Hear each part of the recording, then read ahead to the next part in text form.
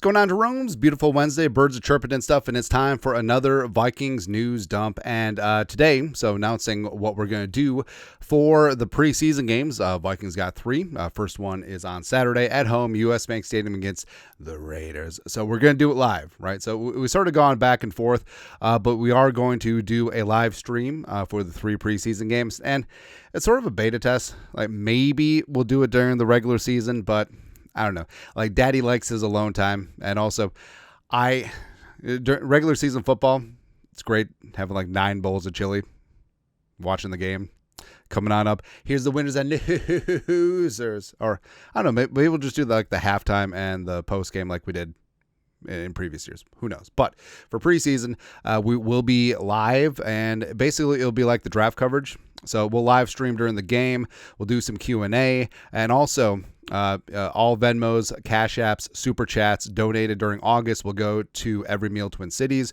We did that for the draft, and it was awesome. You guys crushed our goals, and really glad to help out a very amazing, worthwhile charity here in the Twin Cities. They were really thankful to the Jeromes as well. They're big Vikings fans, so I love it, man. So our goal for this month is going to be 1509 in honor of Diamond Dallas Turner and J.J. McCarthy. Actually, maybe it should be J.J. McCarthy and Diamond Dallas Turner, 9015.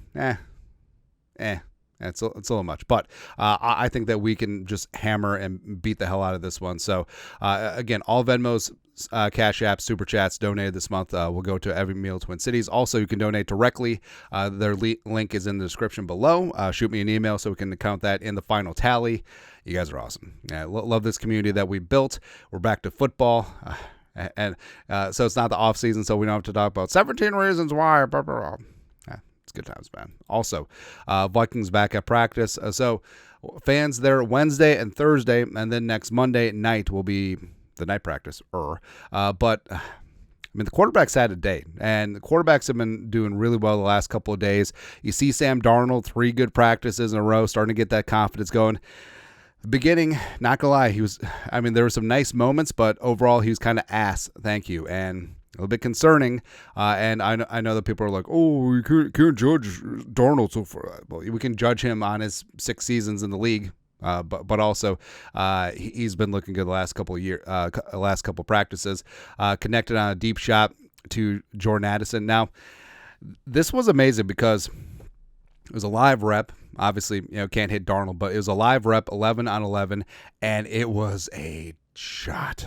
So opposite 40, hit Addison in stride around the 10. Now, on almost all these deep balls, like they're basically underthrown, right? But it just sort of happens, right? But this one literally hit Addison in stride. Great ball. Hit the skinny post, split and cover 2 safeties, and it was really, really good. Like, and that's the tease of Sam Darnold, where he's had a number of these plays throughout training camp. Like the first week, he had a deep shot every single day, and like we said, if he can't succeed here, he is not going to succeed anywhere. He's got the weapons, he's got the coaching, he's got the infrastructure, and he should be good to go. But not to be outdone.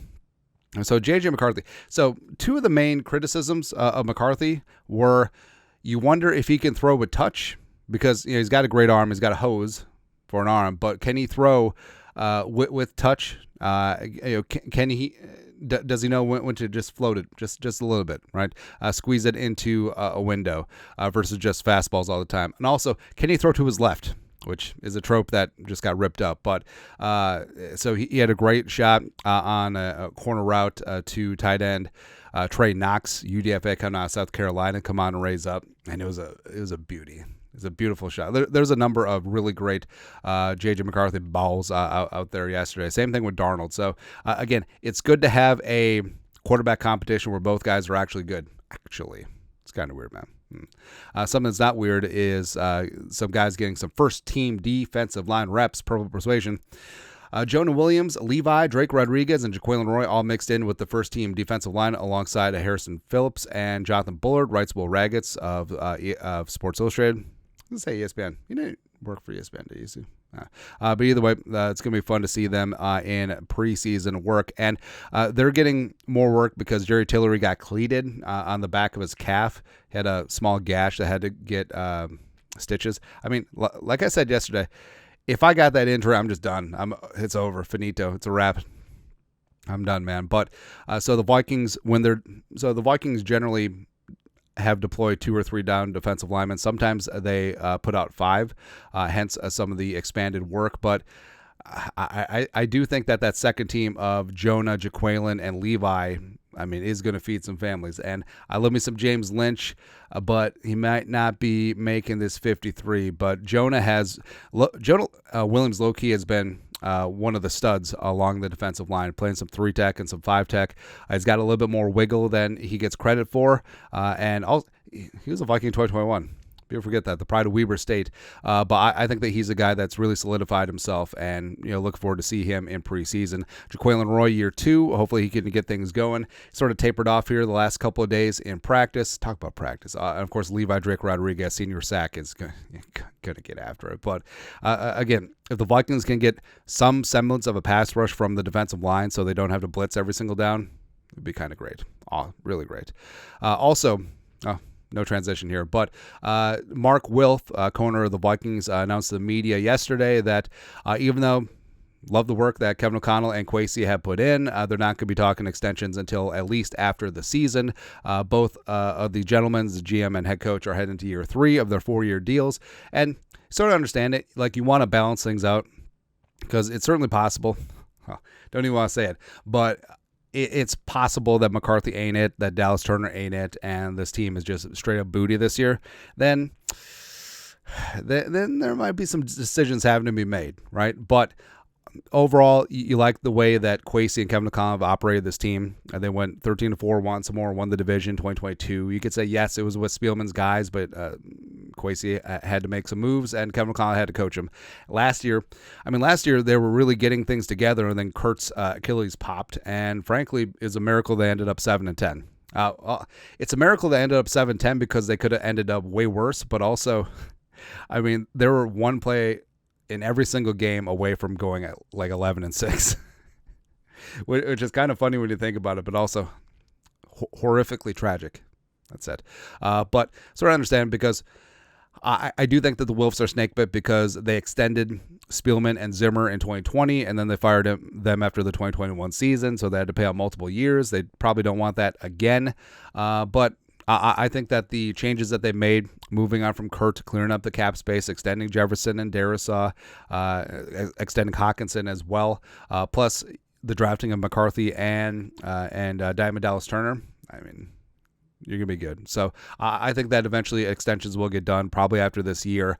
You'll give them 2-3 year extensions and really sync this thing up with the Jefferson deal, sync it up with the McCarthy deal, and I think you're going to be good to go.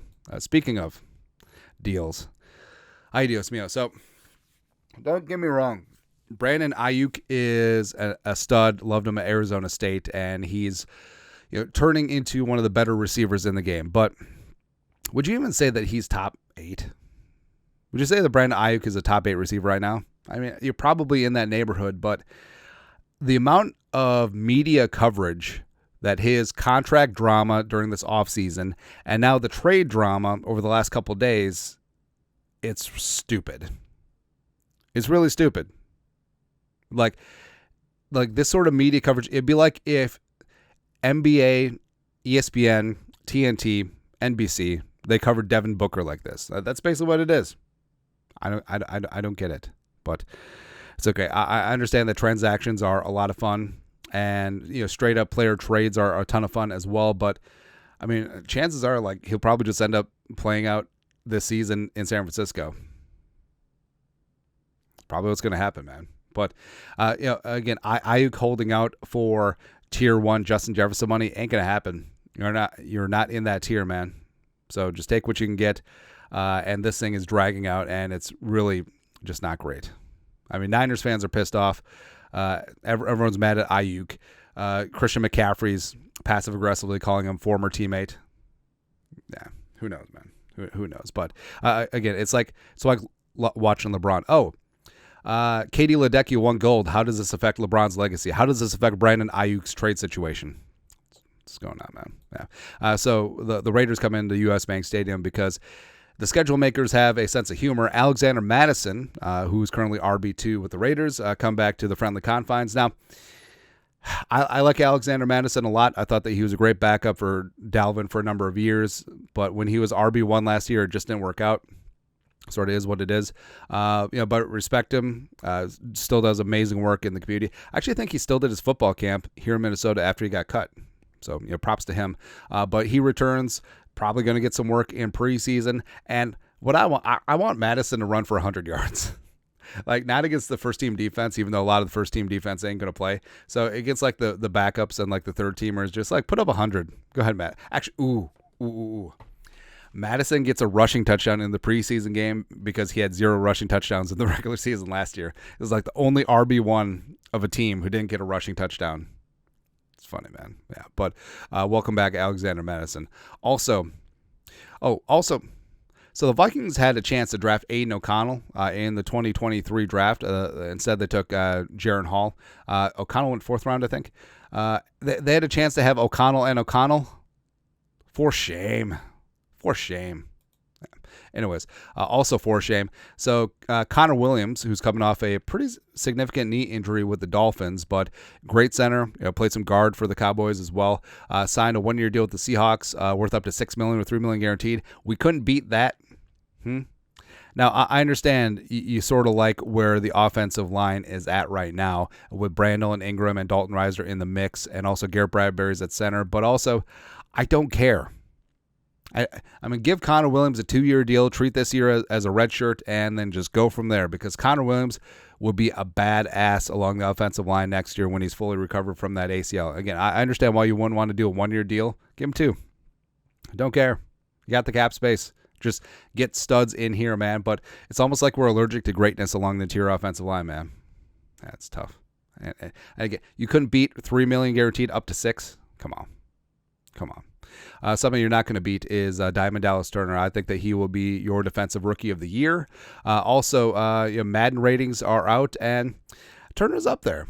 All right, so in terms of some of these select highest rated rookies, wait, are these actually the highest rated rookies, or are these the non-quarterbacks? Because I don't see a QB in here.